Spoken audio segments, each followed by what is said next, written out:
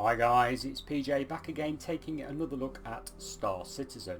We've currently got another free fly weekend running and they've done some impressive improvements to the game. So among those improvements are improvements to the way that it streams data in, so in other words your FPS should be a lot better. So I thought we'd take a look and see how it performs on my current spec system, which is an RTX2060.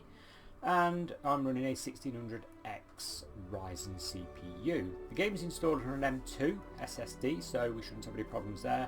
And we're recording to a Samsung SSD. Windows being installed on an Intel SSD, so we should get no FPS drops or very minimal FPS drops from using the recording software. So straight up, you load into, I'm running a 21:9 monitor here, but the game does actually fill it straight away. It's just this menu that has the black bars each side.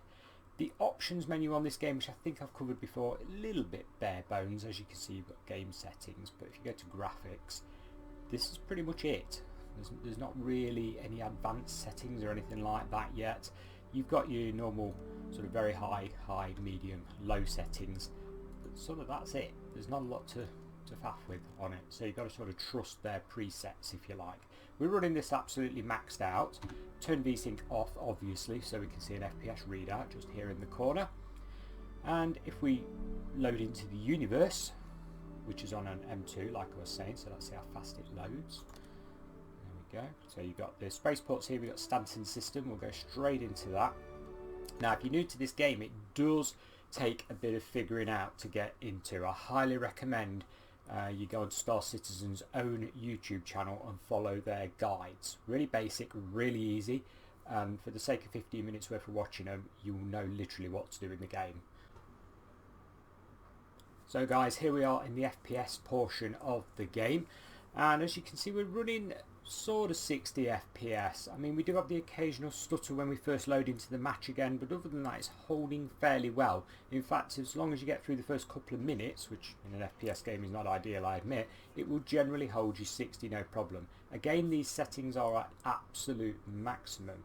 Now this is like a capture the flag type event that I'm currently on, and we do have a fully populated server, so this is about as heavy load as it's going to get. You see we've got a bit of a micro stutter going on there, dropping down to 44. It's certainly something the dev team need to look at, but it is playable, let's face it. It's certainly playable, certainly looks nice, and yeah, we finished losing the match. What can I say? It was pretty good run really for me. I don't play many FPS games, but it certainly felt good. Very much like Battlefield, where you can look and lean around the corners with your gun, and all that was perfectly smooth. So playability on the FPS side of it, very, very good.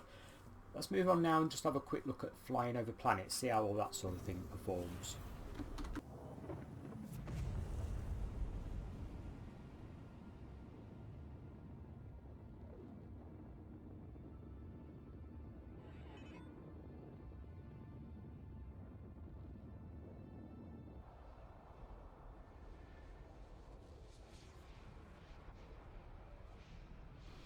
Travelling to said planet in space. If you pan your camera around, go on the exterior view to see the detail of the spaceship, again you can see FPS no problem.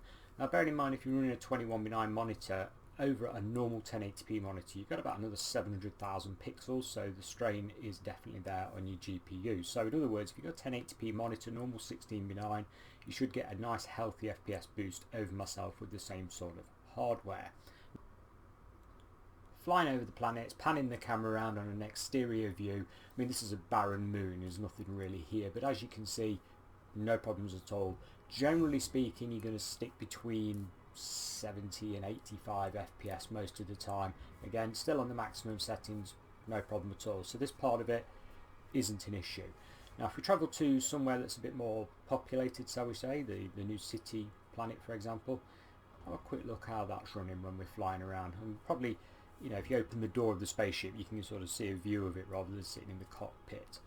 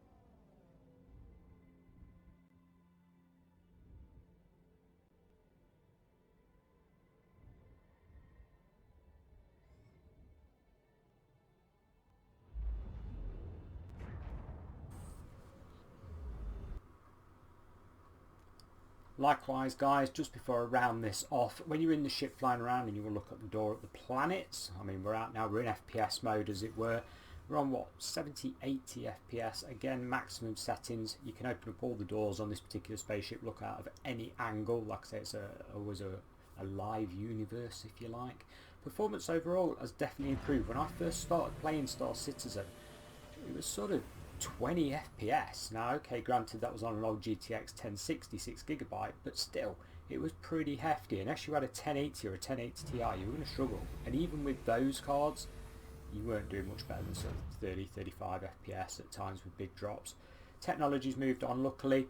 The devs have definitely done some optimization. It is a much better game now. It's in a much better state. So in my opinion, as long as you're running the later generation of cards, sort of GTX 1070 or above, and then obviously pretty much any RTX card, you shouldn't have a problem running this game in its current state.